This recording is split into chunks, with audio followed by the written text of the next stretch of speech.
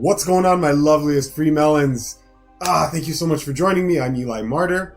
Welcome back to the secret classroom here on the FreeMelon Society. Okay, so today, what we're going to be talking about is low carbohydrate diets and its more popular version these days, the ketogenic diet. Okay, and I guess I was really frustrated because there was this documentary that had been released in 2020 called Fat Fiction. The thing was, it was so frustrating, and it's just, oh my god, this demonizing of carbohydrate and this glorifying of fat and protein and this rationalizing and justification to continue these very adulterated eating habits that we have. It's just, it's so pervasive, and documentaries like that and all sorts of other ones, they're influencing people's minds, and they're confusing the crap out of people. And it's just like, man, we're still on this low carb thing, on this low carb bend. So what I want to do today, I want to give you some basic points that you can bring to a conversation about low carbohydrate diets. Okay, some like simple points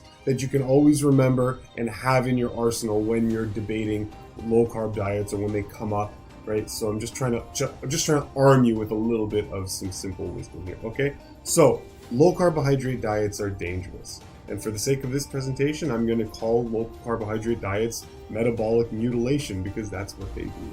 Okay, all right, here we go. Get comfy. We're going to jump into the classroom and we're going to dive into low carbohydrate diets.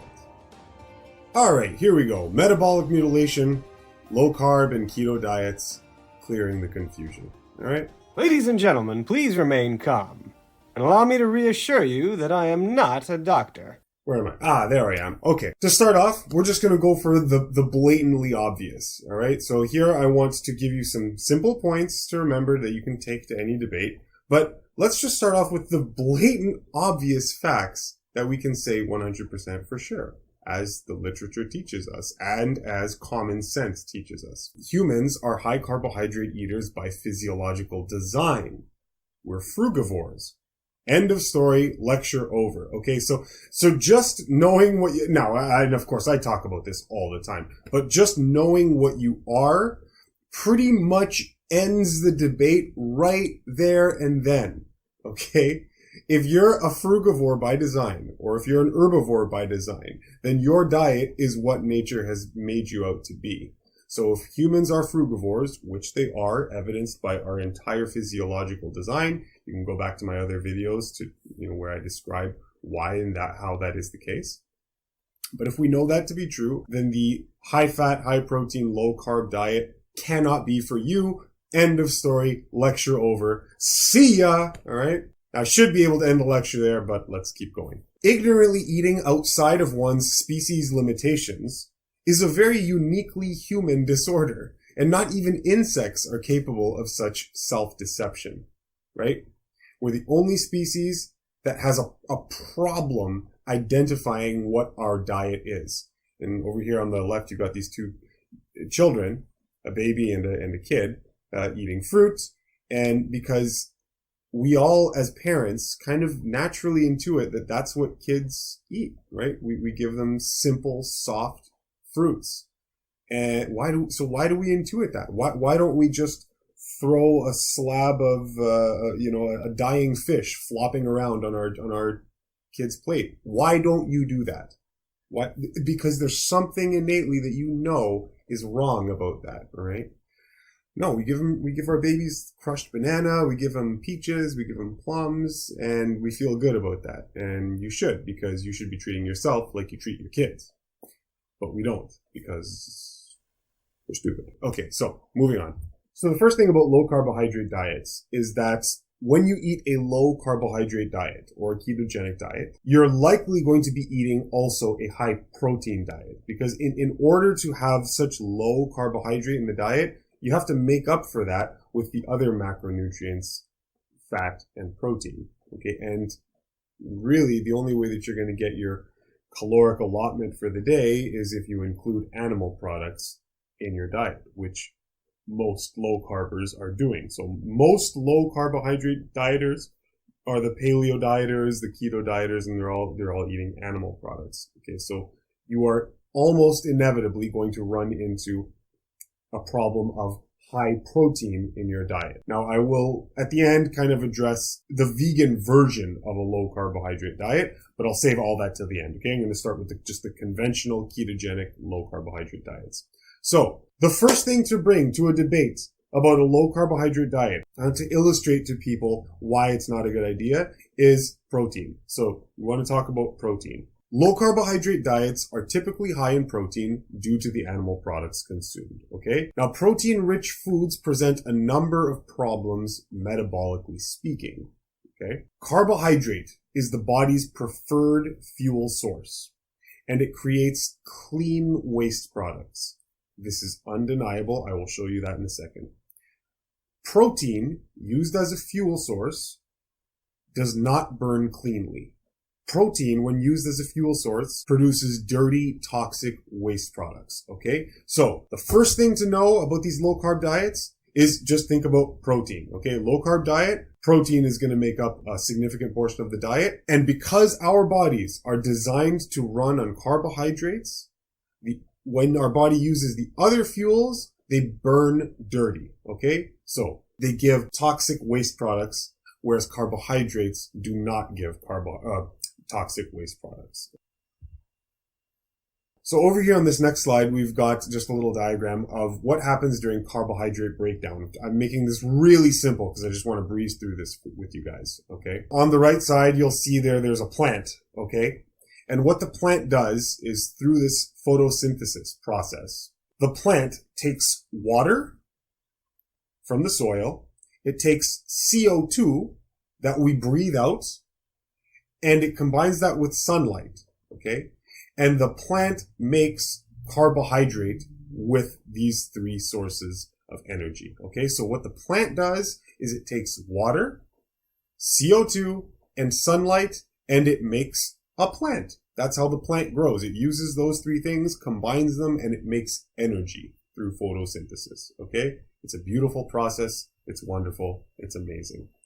Now, what's even more particularly beautiful about the way that nature has set this up is that when creatures eat the foods of the planet, what essentially happens is they beautifully and perfectly reverse this process. So if we go to the next slide here, we see what happens when we eat a plant. So the plant takes those three sources. It takes water, CO2, and sunlight, and it packages them together and makes a plant, okay? And the plant grows. So then when we eat the plant, right, what happens is, as you can see on this little silly diagram, is that you eat the plant and then you reverse the process that the plant did. And the byproducts of eating these carbohydrate-rich foods are CO2 and water. Okay. Now you'll have to excuse me. I have the plus sunlight there. That sunlight shouldn't be there. Sunlight isn't a waste product of carbohydrate metabolism. Ignore that. That really shouldn't be there. But the two main waste products of carbohydrate metabolism are water and CO2, the very same things that the plant needs. Okay. And those two products are very clean. They're very clean byproducts. They're not toxic. So when we eat carbohydrate-rich food, we nourish ourselves with that sunlight-infused carbohydrate energy from the plant. Okay, so the sunlight is a vital component in this. And it makes these very clean-burning waste products that don't smell. They don't need any kind of special buffers. They don't need to tax your system's resources in order to clean and purify out of the system. So we have this beautiful cyclical relationship with plant carbohydrate foods and then our waste products when we eat carbohydrate-rich foods. It's an amazing thing, okay? So that's what happens with carbohydrates when you eat carbohydrate in your diet from plants. Now, back to protein. Earlier I said, think protein is the problem. When we use protein as a fuel source, the problem with protein is that it does not break down cleanly. It's a dirty fuel source, and it's because of the nitrogen that is tied up in the amino acid or protein molecules, okay?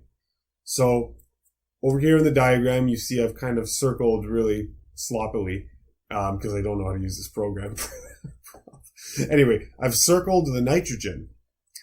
And the body has a tough time dealing with this nitrogen because the nitrogen is very hard to extricate from the protein. And when it does so, without getting into the science, you create toxic byproducts.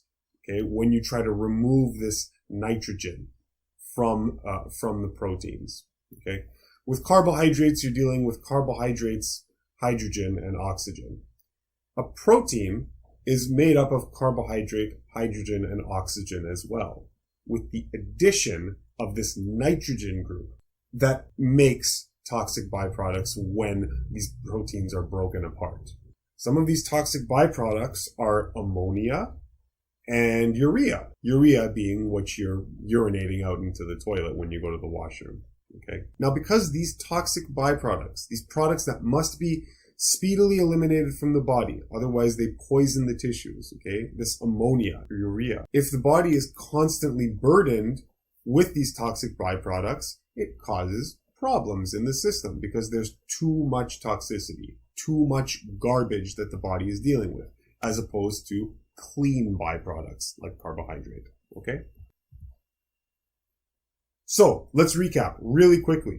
When we're talking about low carb diets, you can automatically think, okay, low carb, high protein, high fat. Then you can jump onto the protein and say carbohydrates burn cleanly. They're a clean fuel source. Proteins burn dirty. They make ammonia, urea, sulfuric acid, and phosphoric acid. And there's a whole slew of acids that are associated with protein breakdown, okay? So what happens when the body has all of these toxic byproducts being produced when it's running on proteins rather than carbohydrates? Well, excess proteins force calcium, potassium, and other important minerals out of the body. Okay. The kidneys must work very, very hard to detoxify excess protein, and it taxes the body's water. So you have all of these toxic byproducts in the body because of the protein breakdown. So what does your body have to do? It has to neutralize them. It has to buffer them. Remember, your body cannot be overly acidic. It needs to be maintained in an alkaline state. So if your body detects that there are too many acidic waste products in the system, it has to buffer them. And the way it does that is by taking its own valuable minerals from your bones and from other tissues in your body. When it does that, when your body is stealing minerals from your bones and other tissues and joints, then you run into structural problems with those areas that the minerals are coming out of. So calcium and potassium being two major important minerals that are stolen from your system when you eat a low carbohydrate diet. The kidneys must work very hard to detoxify excess protein, and it taxes the body's water. Protein is dehydrating. This is another problem with low carbohydrate diets, is that the protein is dehydrating. So your body needs to buffer these acids, right? So what does it do? It takes calcium and potassium from the bones. And in order to do that, it needs water as well. So water is another thing that it needs to steal from the body to deal with the acids of protein breakdown. So you're getting dehydrated and you're losing minerals, okay? In addition to weakening the bones, the body pulls minerals out of the joints as well, leading to weak joints, okay? So pretty much speaks for itself. So in wrapping up the protein part of this, we think, okay, low carb, well, it must be high fat, high protein. Protein is a dirty fuel source. Carbohydrate is not a dirty fuel source. This is irrefutable. There's no debate here. I showed you a little diagram of how perfectly carbohydrate breaks down in the system to produce the very products that the plant aggregates in order to make plant energy. And we have this beautiful cyclical system with carbohydrate-rich plant foods. Not necessarily so with protein-rich foods. All you have to think of is like a canister of industrial waste, essentially. So in order to deal with this industrial waste, your body has to do many things. It has to dehydrate itself. It has to steal minerals from your bones. And it also has to steal minerals from your joints. These are three major issues with high protein in the diet, especially from animal sources, particularly from animal sources for many reasons, but we're going to get by that. Okay? Then there was this study here came out from India. They're also studying the causes of liver cancer. It's referred to as hypoplastic nodules, as early liver cancer. So they fed 2 different levels of protein. 20% protein, that's 20% of total energy. That's on the high side, but it's fairly regular. Then 5% low. And what they found is that the animals that were fed the 20% protein, all of them were the ones who got the cancer. The animals that were fed the 20% protein, all of them were the ones who got the cancer. That was consistent with what I thought I saw in the children. More protein, more cancer. More protein, more cancer. First thing that happens, the 20% protein diet causes plenty of cancer to form. The 5% protein diet, cancer did not form. Every 3 weeks, I changed the protein content. Feeding the 20% protein, the cancer is growing as it would along that red line. Switching to 5% is turned off, and then on, and then off. That was really dramatic. A higher protein diet causes cancer, grows cancer rather well. And then during that course of development, if we switch the diets from 20% to 5% and back and forth, as you can see there, the development of cancer was a function of the protein consumption. So I think you guys are with me. Let's move on. Okay, so the ketogenic diet is the most popular version of the low carbohydrate trend, unfortunately. And so now let's talk a little bit about fat. And we'll talk about first the blatantly obvious. All right.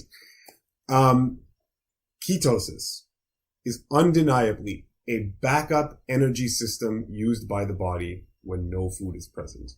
Again, there is no debate about this. This is incontrovertible. There is nothing that anybody can say to refute this because this is standard medical health scientific literature. All right. Understanding in all those fields. Okay.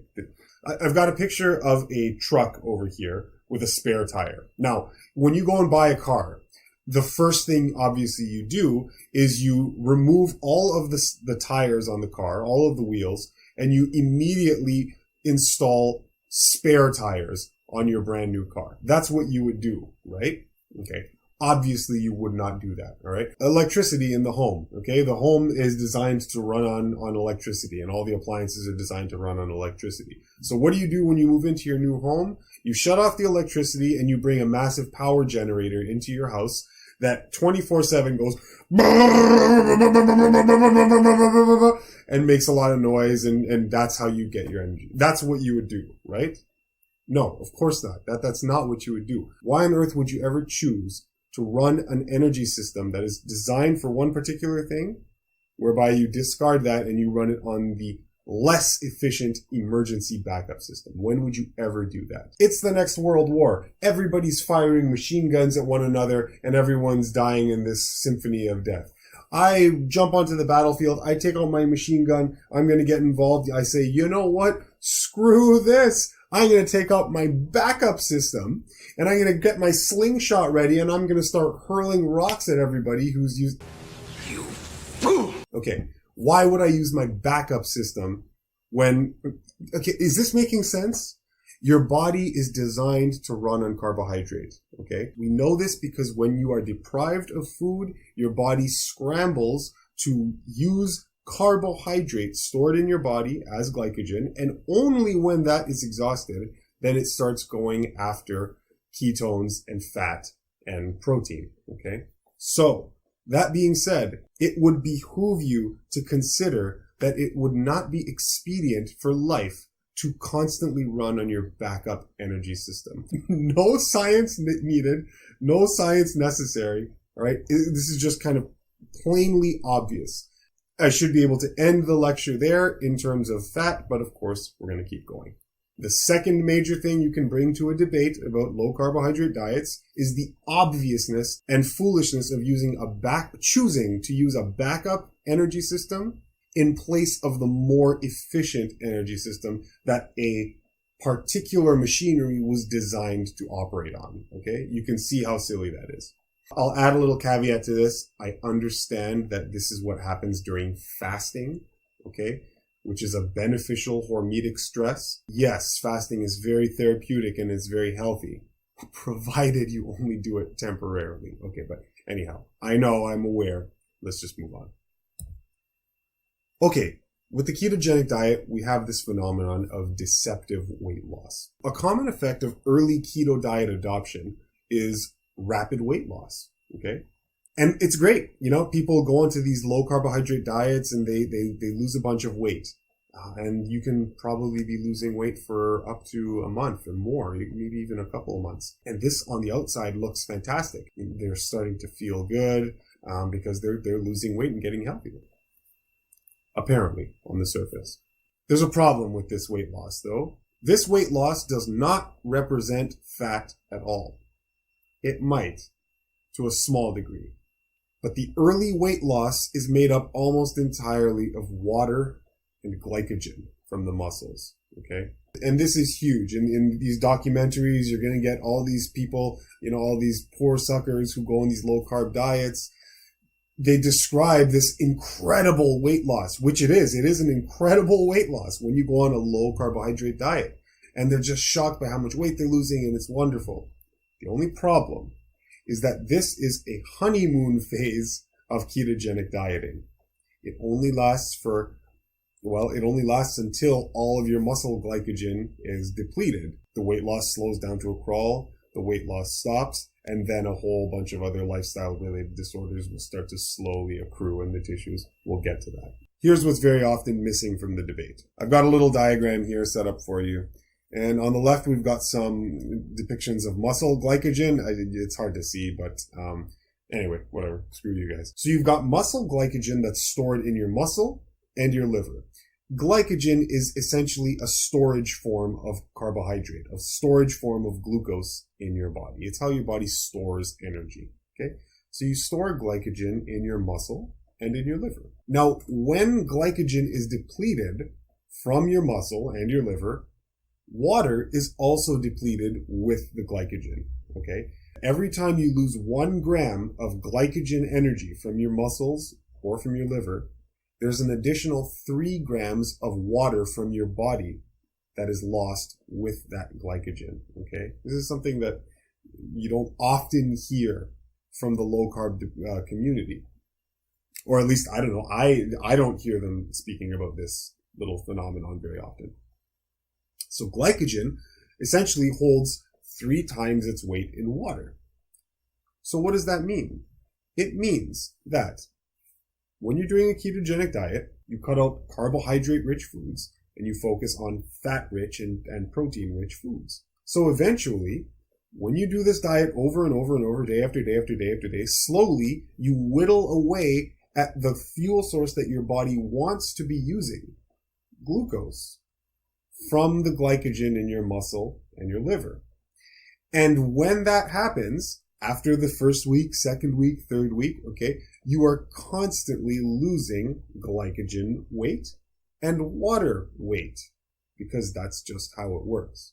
Which explains the fantastic, life-saving, miracle phenomena of the low carbohydrate weight loss within those first several weeks or months, which everybody goes crazy over.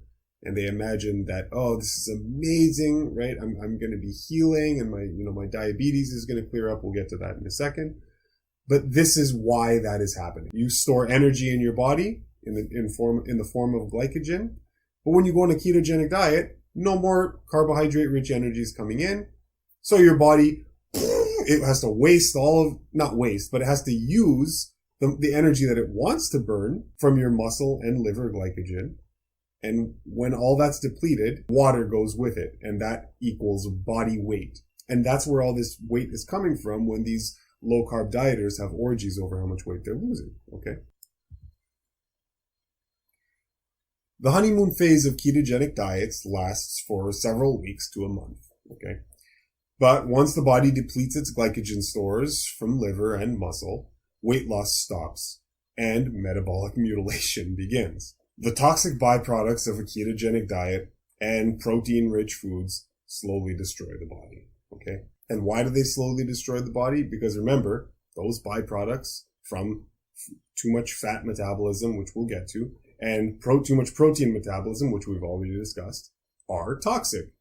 And when you constantly force your body to labor, to work with these toxins day in, day out, right? You acidify your tissues, your buffering mechanisms will eventually get exhausted, and that causes problems. Okay, just to make it simple. I added a little part on fasting mimicry, because the ketogenic diet, what it's trying to do is it's trying to mimic the fasted state, right?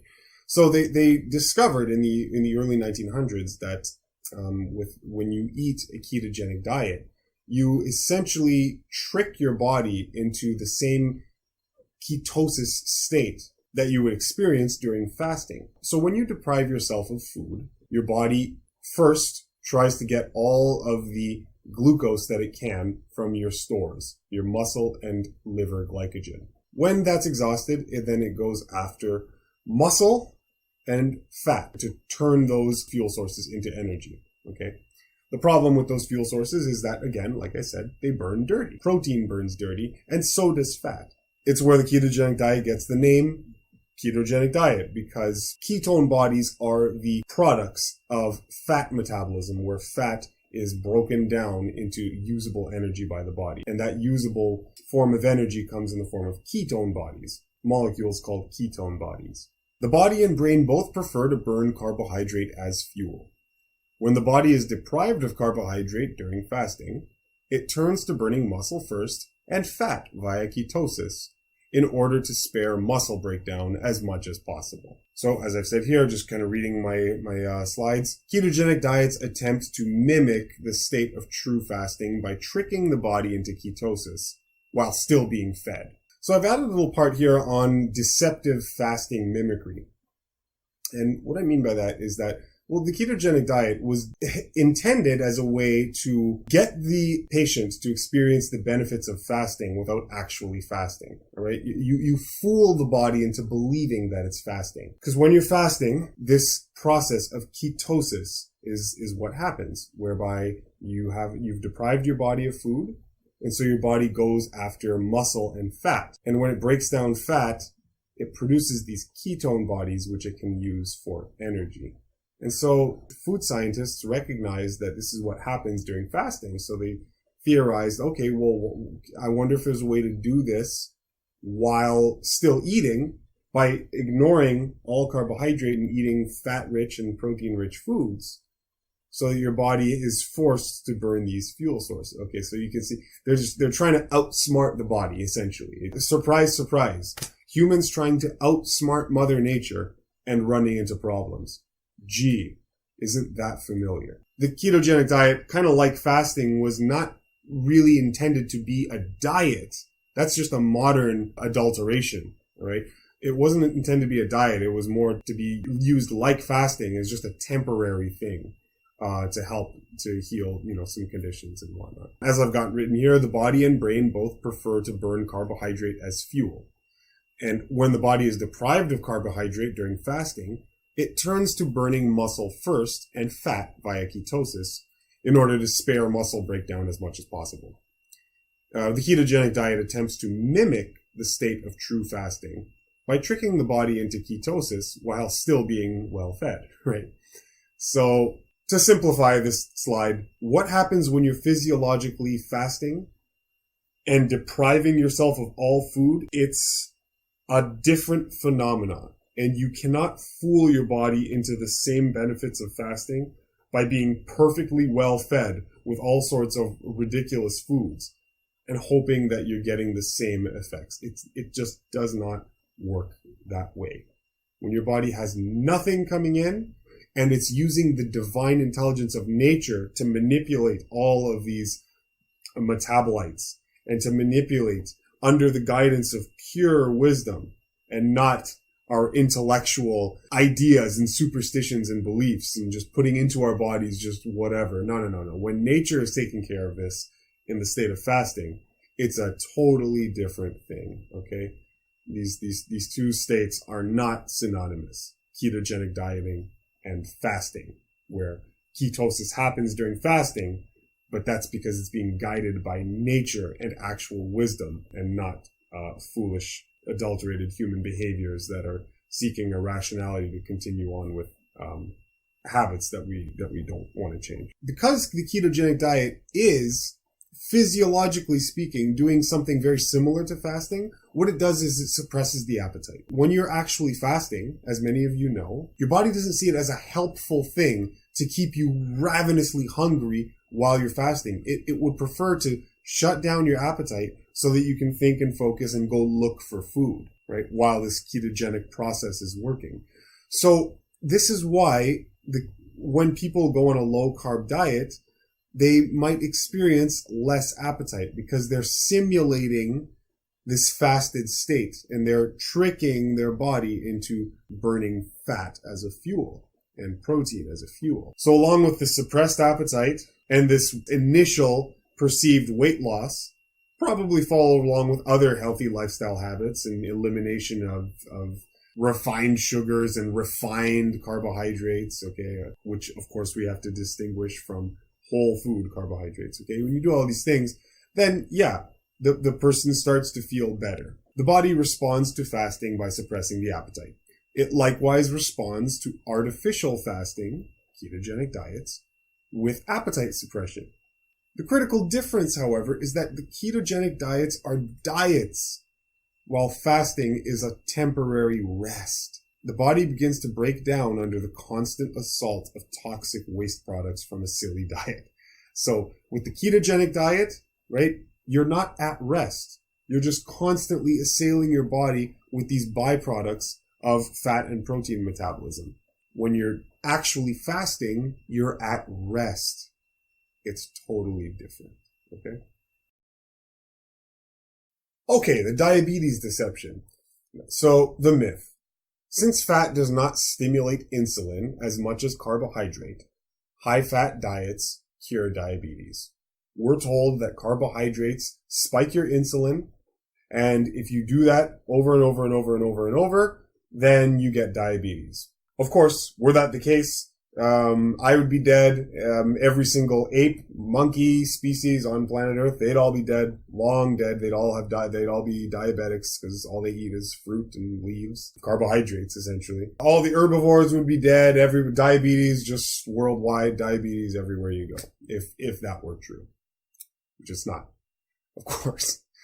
So that's the myth. The myth that this food fad promulgates is that since fat doesn't stimulate insulin response as much, you should eat a high-fat diet and that cures your diabetes. The reality is that fat in the diet, especially excessive or concentrated fats, clog the muscle and liver insulin receptors with literal globs of fat, causing insulin resistance. High-fat diets sludge the blood flow to a crawl, as it literally is saturated with highly viscous fat. Is that carbohydrate spikes your insulin, spikes, I hate this word, spikes your insulin, okay? And so to avoid that, you eat fat, which doesn't spike your insulin. The problem with doing that is that when you load your body with fat, you load your body with fat. And that fat globs up the insulin receptors on your muscle cells and your liver cells, which decreases your insulin sensitivity, so that when you do eat carbohydrate-rich foods, these globs of fat interfere with your body's ability to allow insulin to shuttle glucose from the bloodstream into the cells, okay? So really, honestly, just think of globs of fat. Just think of a glob of lard going through your system and just smearing over everything. That's literally what happens. Literally. You can go and have a high-fat meal, and if someone were to extract your blood an hour after you ate that meal, you would find that your blood is just thick and gooey with fat, especially if it's animal fats, like cheeses and butters and meats and steak and all that kind of stuff, right? Your blood will be fatty. You can physically see it with your own eyes. You eat fat, you become fatty on the inside, metabolically speaking. If you sit down and eat a high-fat meal, that fat in that meal has a direct impact upon how your blood flows. Now, I want to show you something here on the screen, and this is very important for you to watch. What we have is we have the blood circulation flowing here very rapidly. And it goes through the blood vessels, and the blood cells, they hit and they bounce off each other, and they don't stick at all. The way it should be. Yeah, that's the way it's supposed to be. That's normal circulation. Now, these tapes that you're looking at here are taken from guinea pigs, but we see the same thing in people when we look through the whites of their eyes. Now, when you feed them a diet that has 67% of the calories as fat, then what you see is the circulation sticking together and sludging. And as a result, the blood flow is much decreased to the tissues. And what happens is you actually decrease the amount of oxygen in the blood by about 20%. That looks like rush hour now. This sludging effect lasts for hours. And actually, the blood doesn't return to normal for about 10 to 12 hours. So what happens is somebody sits down and eats a typical American diet. Their blood cells stick together. They feel sleepy and sluggish. Well, that's, a day-to-day impact. But can you imagine what would happen if you took somebody who had narrowed arteries to their heart or to their brain, and you caused the blood to sludge like this? What happens is people get chest pain, and they also get little tiny strokes as a result of that. Just how unhealthy can this food be, and what happens when you make just one meal of it? Our Yunji Denise found out. Before we ate, researchers took blood samples and gauged the health of our arteries with an ultrasound. It's a very healthy pulsating. Now comes the fun part. We get to eat a whole lot of lunch. Bon appetit. 2 hours later, it was time to test. John, how are you feeling? Still sluggish. Still tired. John's blood samples said it all. And essentially, you can see what a clear difference. This is fat in his blood, basically. All that fat goes right to your arteries. Mine narrowed, and you can hear the difference. Here's what my blood flow sounded like before eating. And this is after. Your heart is working twice as hard now. And is that because those arteries are so much smaller? Yes, it's narrow arteries. It shows that one meal can affect the health of your artery. Cardiologists Robert Vogel and Michael Miller analyzed our results. What's worse, eating a quesadilla cheeseburger or smoking a cigarette? I'd say they're equally bad. And it's when the tissues are sludged with fat that cause insulin resistance, which leads to diabetes. Okay? A ketogenic diet creates worse and worse insulin resistance and diabetes, but it hides the damage due to insulin response never being challenged. So when you're eating a low carbohydrate diet, you're sludging your whole system with fat, essentially fat and protein. And of course, the damaging effects of protein are happening at the same time. But with the fat now, the fat is sludging your blood and it's sludging your cells. And because you never eat carbohydrate-rich foods, you never experience the discomfort of having high blood sugar backed up in your body because you simply never eat those foods. High-fat diets play the avoid the problem game, while high-carbohydrate diets solve the problem and empower the individual, okay? Let's say you have a problem. You can't drive a car. You don't know how to drive a car. You've got two options. You can live the rest of your life avoiding driving, getting other people to drive, taking the bus, taking the subway, taking transit, taking a camel, jumping on a griffin's back, whatever, okay? You have to find some means of coordinating your life not being able to drive. And that's just how you live. Option 2, you learn how to drive, thus empowering you to be able to drive when you want to. And you can also use those other forms of transportation when you want to. So with that option of learning how to drive, you've now opened yourself up to more possibilities. Okay? Whereas the first option, you have to avoid driving constantly 24/7. When you eat a low carbohydrate diet, what you are doing is you are becoming more and more and more insulin resistant, and you are sludging and sludging and sludging your body with globs of fat. And you become so insulin resistant that you cannot even tolerate a morsel of carbohydrates. So when low carbohydrate dieters eventually have carbohydrate cravings, inevitably at some point, because they've They just lived with depleted glycogen for too long, right? When they go back to eating just anything, a bit of potato, a bit of rice, a banana, a mango, their blood sugar goes crazy and it skyrockets and they're all confused. And they go, oh my God, I thought I was healed from diabetes. Ugh. No, you were never healed. You were just always avoiding the problem, right? You were always avoiding the challenge of eating carbohydrate-rich food.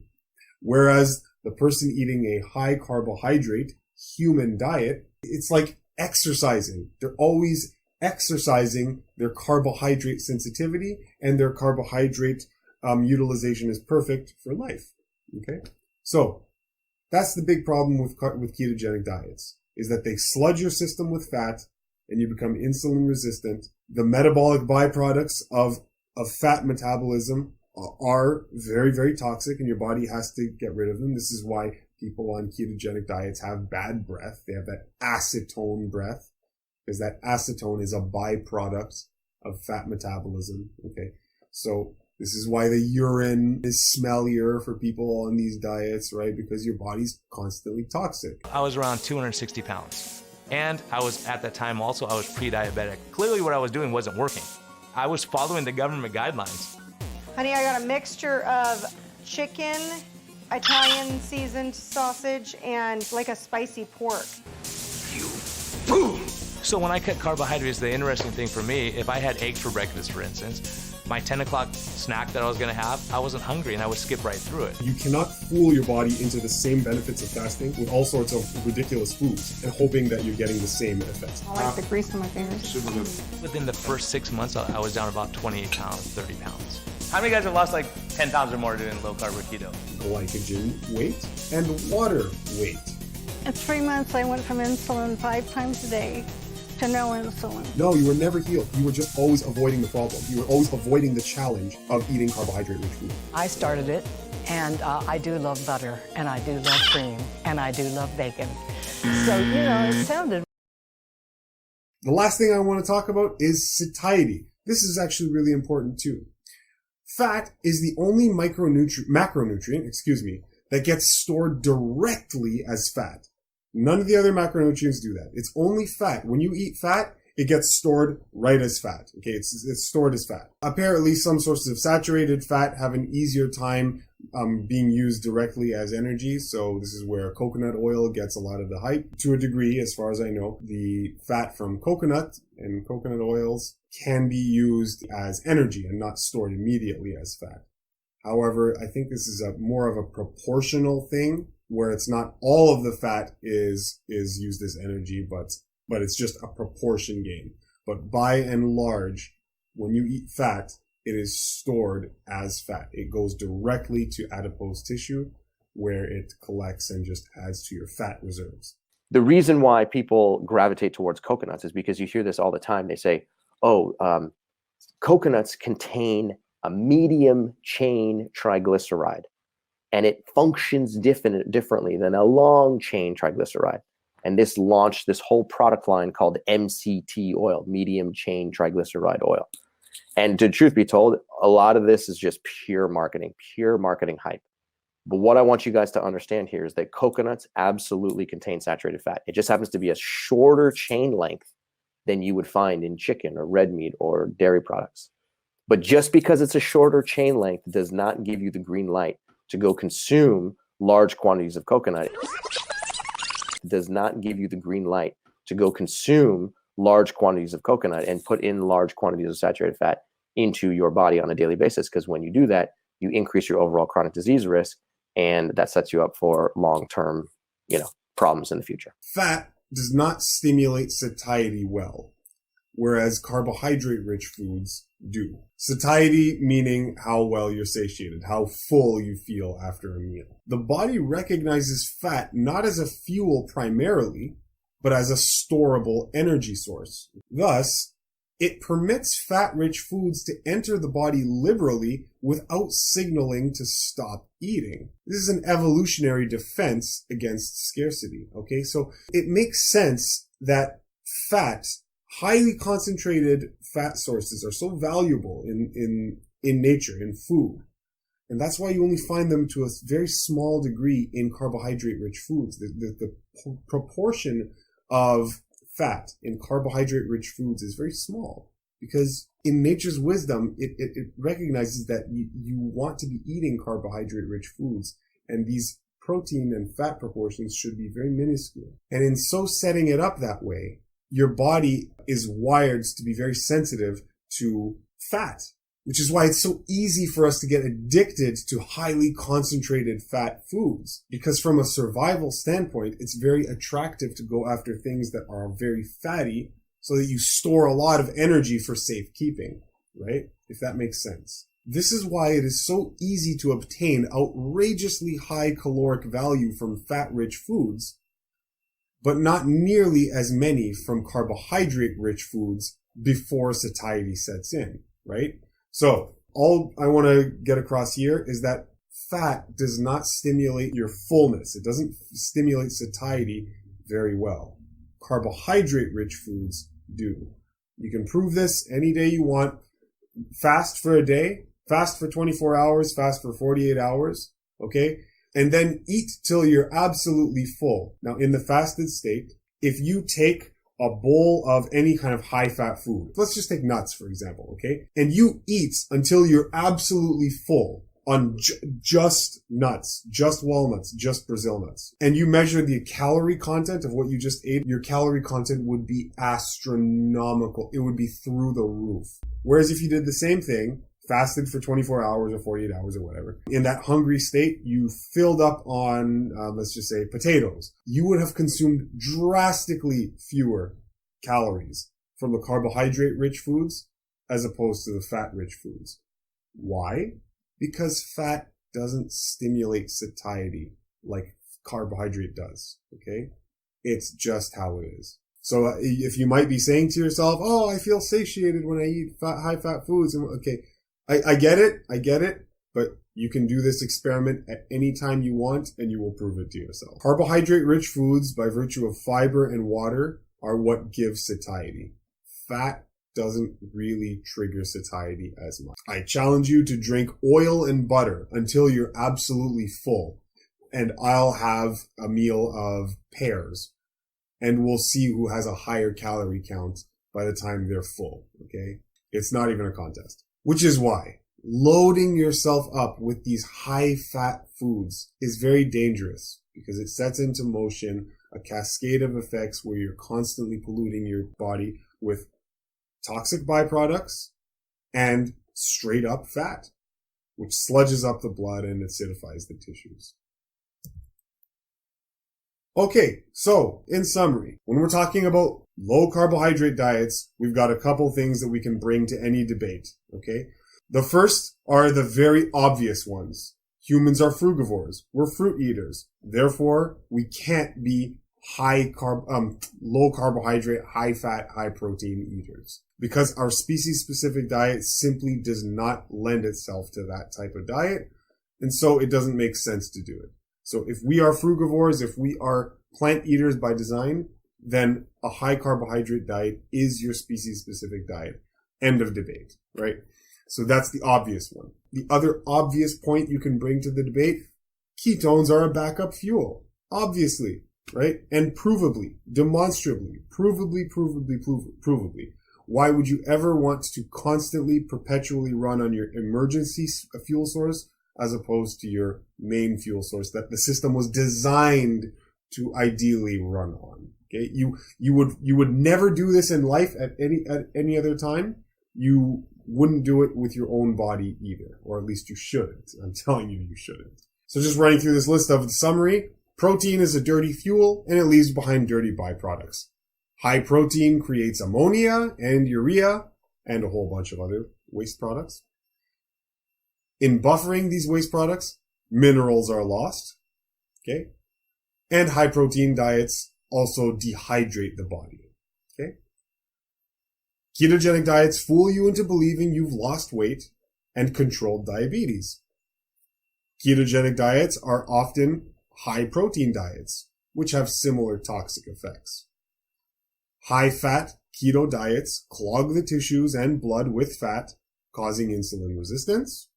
And, I repeated the same point from above. Okay, so you have all of these reasons that you can bring to a debate about low-carb diets that are pretty easy to remember, okay?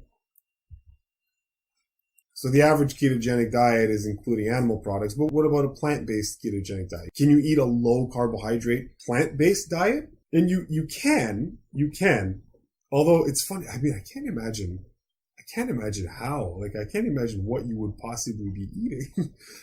But, okay, yes, you can have a low carbohydrate vegan diet, and it is associated with far, far less risk of lifestyle related disease. Yes, because the animal protein and animal fats, they're damaging in their own particular ways. There are certain amino acid profiles that you get from animal protein that are more toxic, that are carcinogenic, especially in excess, and same thing with animal fats, particularly oxidized fats and oxidized cholesterol that you get from animal tissues. So when you avoid these as a plant-based eater, as a vegan, then you avoid a lot of that damage. All right. So it is true. Yes, you can be a vegan and do a low carb diet and experience far less risk for lifestyle disorders than the average ketogenic eater who includes animal products in the diet. However, if you're having too much fat, you're having too much fat, and your body is going to respond in a similar way. If you eat avocados and nuts all day, you are going to be sludging your body with fat, and it's going to have a similar effect regardless of what kind of ketogenic dieter you are. Protein is a dirty fuel source, regardless of what the source is. It's easier to get highly concentrated proteins from animals, yes, of course. But if your diet has too much protein, it still is not an optimal fuel source, regardless. So if you deplete your carbohydrate fuel tank and you're living off high fat and protein, well, it's still a problem. Your body still has to process the energy from somewhere. So if it's going to get it from fat and protein, it's going to be creating these toxic byproducts that you don't necessarily want. And this is the beauty of sticking to a human diet of raw food, okay?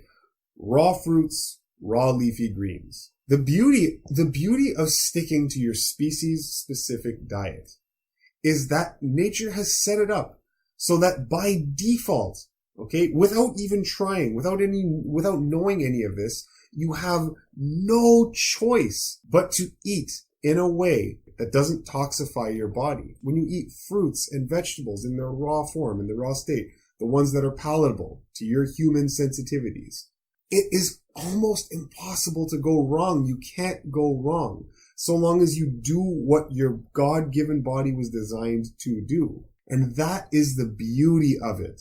It's only when we come up with intellectual human ways to do things that we weren't supposed to do and eat things that we weren't supposed to eat. That's when you get these problems, these dietary trends and fads that have nothing to do with the reality of the principles that govern health and wellness and diet in the body. When you start violating these natural principles, that's when you run into the problems.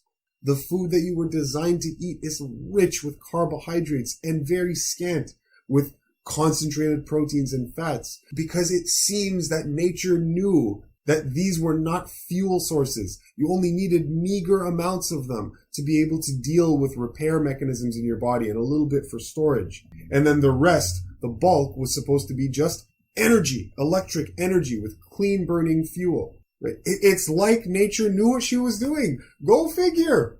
Right? Now let's just assume you're sticking to a species-specific diet. Okay, I want to do a species-specific diet. I want to align my diet with my physiology. Okay? But for some reason I want to do a low-carb diet as well. I can't even imagine what you would eat. What would you be eating as a low-carb vegan who's on a raw food diet? What is your food? Oil? That's not a real food. Okay, so oil is out. That's a processed food. Olives? That's not real. You can't eat olives. The only olives that you have available in stores are processed olives because they're so bitter you can't even eat them in their raw state. So olives are gone. You've got avocado.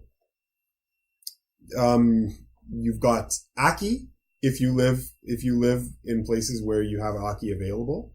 I don't even know what you would eat if you had to stick to a low carb natural diet. It would be impossible.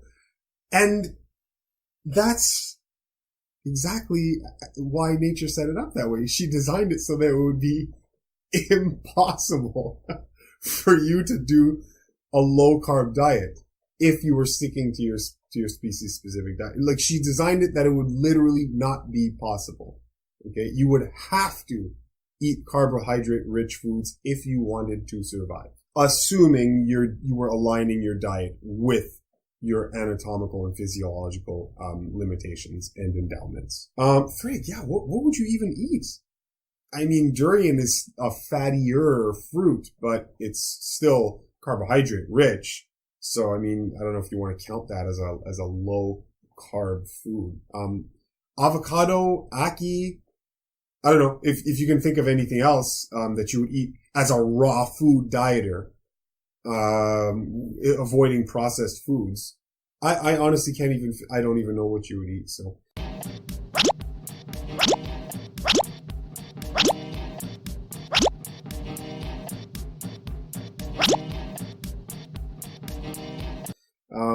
Yeah, can you be a plant-based ketogenic eater? Yeah, but most of what you're eating would have to be, by necessity, processed foods. So, don't eat processed foods. Oh, Jesus Christ.